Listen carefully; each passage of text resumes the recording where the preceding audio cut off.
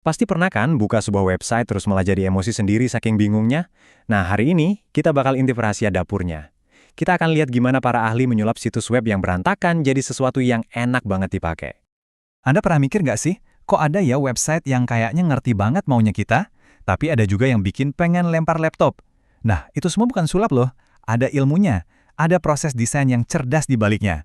Yuk kita bedah bareng-bareng. Oke, biar lebih kebayang, kita langsung aja lihat studi kasus beneran ya. Namanya Chilearn, sebuah platform buat belajar coding. Sebenarnya potensinya gede banget, tapi penggunanya malah sering nyasar. Navigasinya bikin pusing, layoutnya acak-acakan. Oke, kita mulai dari awal dulu ya. Bagian pertama, kita lihat dulu separah apa sih masalah di platform belajar ini. Dan ini bukan cuma sekedar rasanya nggak enak loh.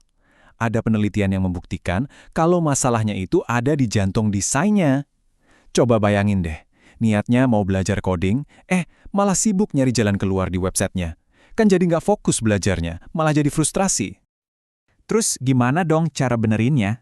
Gini, ini tuh kayak dokter. Nggak bisa asal kasih obat tanpa diagnosis yang jelas kan? Nah, di dunia digital juga sama. Rasa frustrasi pengguna itu harus kita ukur secara ilmiah. Konsep utamanya di sini itu namanya user experience atau sering disingkat UX. Simpelnya gini, UX itu soal perasaan Anda waktu pakai sebuah produk. Rasanya senang, bikin bingung, gampang atau susah. Nah, itu dia inti dari UX. Nah, buat dapetin data yang akurat soal perasaan pengguna ini, para peneliti pakai alat khusus namanya UEQ atau User Experience Questionnaire. Anggap aja ini kayak tes lab atau cek kesehatan buat sebuah website. Alat ini bisa ngukur semuanya, dari seberapa efisien situsnya, sampai seberapa asyik sih situs itu buat dipakai. Prosesnya sendiri rapi banget. Pertama, pesertanya dikasih pengarahan dulu. Terus, ada 23 pengguna yang diminta ngerjain beberapa tugas di website yang lama. Nah, setelah selesai, mereka langsung ngisi kuesioner UEQ tadi buat kasih penilaian. Kedengarannya simpel ya, tapi ini efektif banget. Oke, setelah hasil labnya keluar, tim desainer akhirnya dapat gambaran jelas. Mereka jadi tahu persis penyakitnya di mana. Nah, dari sinilah tahap penyembuhan dimulai, yaitu dengan membuat sebuah prototipe. Dan ini dia nih daftar penyakitnya, keluhan dari para pengguna. Katanya pilihan warnanya nggak konsisten, bikin nggak nyaman. Terus kontras teksnya jelek, jadi susah dibaca. Fitur diskusinya juga nggak real time, harus di-refresh melulu. Gambarnya wah pecah-pecah. Dan yang paling parah, websitenya nggak responsif. Jadi kalau dibuka di HP, tampilannya ancur banget.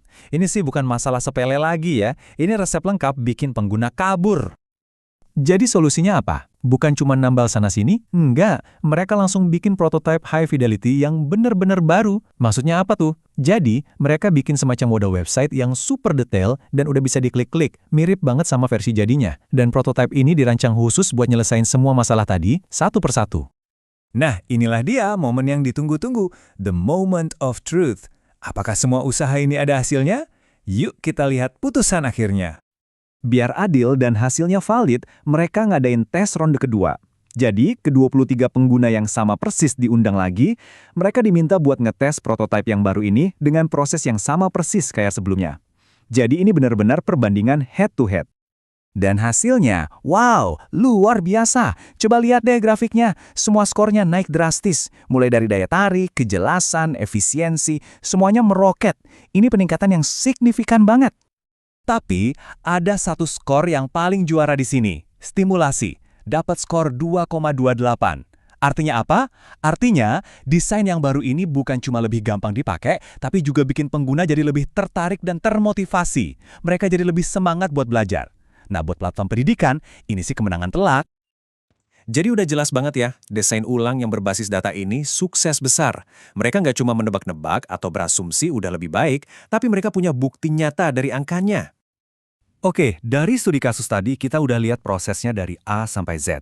Sekarang pertanyaannya, kenapa sih semua ini penting buat kita?